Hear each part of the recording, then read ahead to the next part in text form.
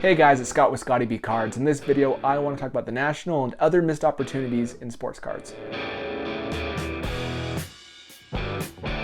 Okay, so we all know what this week is. It is the Sports Card National, probably one of the biggest, if not the biggest, sports card events of all time in regards to size, people coming to it from all over, all of these things. But I wanted to make a quick video. You're gonna see tons and tons of videos from YouTubers, whatever medium you use, whether it's Facebook, Instagram, YouTube, you're gonna be drowning in the National. So if you didn't have the opportunity to go, it's okay. And it is what it is. There's going to be opportunities to go to other sports card shows. There's always next year for the National. It's one of those things where you may feel left out now, but it's all right. I don't think there's anything wrong with the National, but if you can't attend because of financial reasons or you're saving or you're budgeting, all these things are pretty noble in my opinion to actually know your bounds and not go. If you are there and you had to sell some cards to get there, that's great for you as well. It's a decision that really has to come down to your financial situation. But I just wanted to make a quick video and discuss why it's okay if you didn't go right now. Because I think a lot of us are going to be drowning in how awesome the National is just because all of the different social media accounts want to hype their account up. And one way of doing that is showing a life of perfection and luxury. And that's going to be very prominent on your YouTube feed soon. I'm personally not attending the National just because I couldn't get work off, and I think it was around $800 between flights, hotels, car rentals, food, everything to get there. And so $800 plus the loss of 3 days of work wasn't something that I was wanting to do, especially because I wasn't planning on buying that much this year. I've actually spent a lot recently,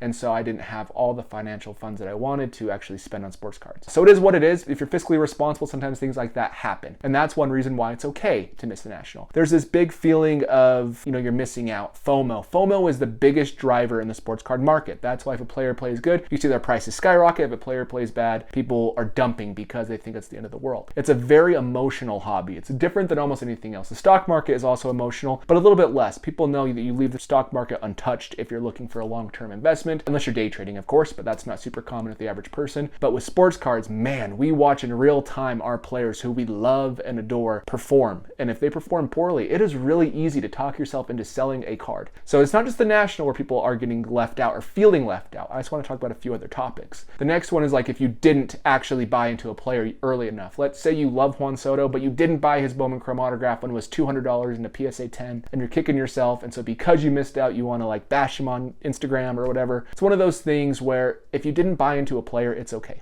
It sucks. If you want to get into that player, you can start saving or you can sell some cards to get into them. But if you didn't, there will always be a next uber stud coming up in the minor leagues. That's how it's always been. When Mike Trout came up in 2011, everybody was raving about Andrew McCutchen. They were raving about Evan Longoria, players that seem so minuscule to us now, and it may be the same in a couple years with some of the players that we're collecting. This hobby is very quick and it will leave you behind if you aren't paying attention. So my point is, don't worry if you miss out on a player. There will always be other players. If you forget about an eBay auction and it goes for less than what you would have paid, that's okay too. There will always be another eBay auction, unless it's like a one-on-one. If that's the case, then make sure you pay attention. But realistically, a lot of us are looking at just the average auction, and there will always be another apple of our eye in sports cards. So don't feel left out even if that happens. And the last thing I want to say don't feel left out about is people comparing collections to others. Some people are independently wealthy and they're able to spend as much money as they want on sports cards, so they can walk in, love the hobby, buy the most expensive PSA 10 Michael Jordan rookie card for $700,000, $200,000, whatever. And even me or someone else who's been collecting for 10 years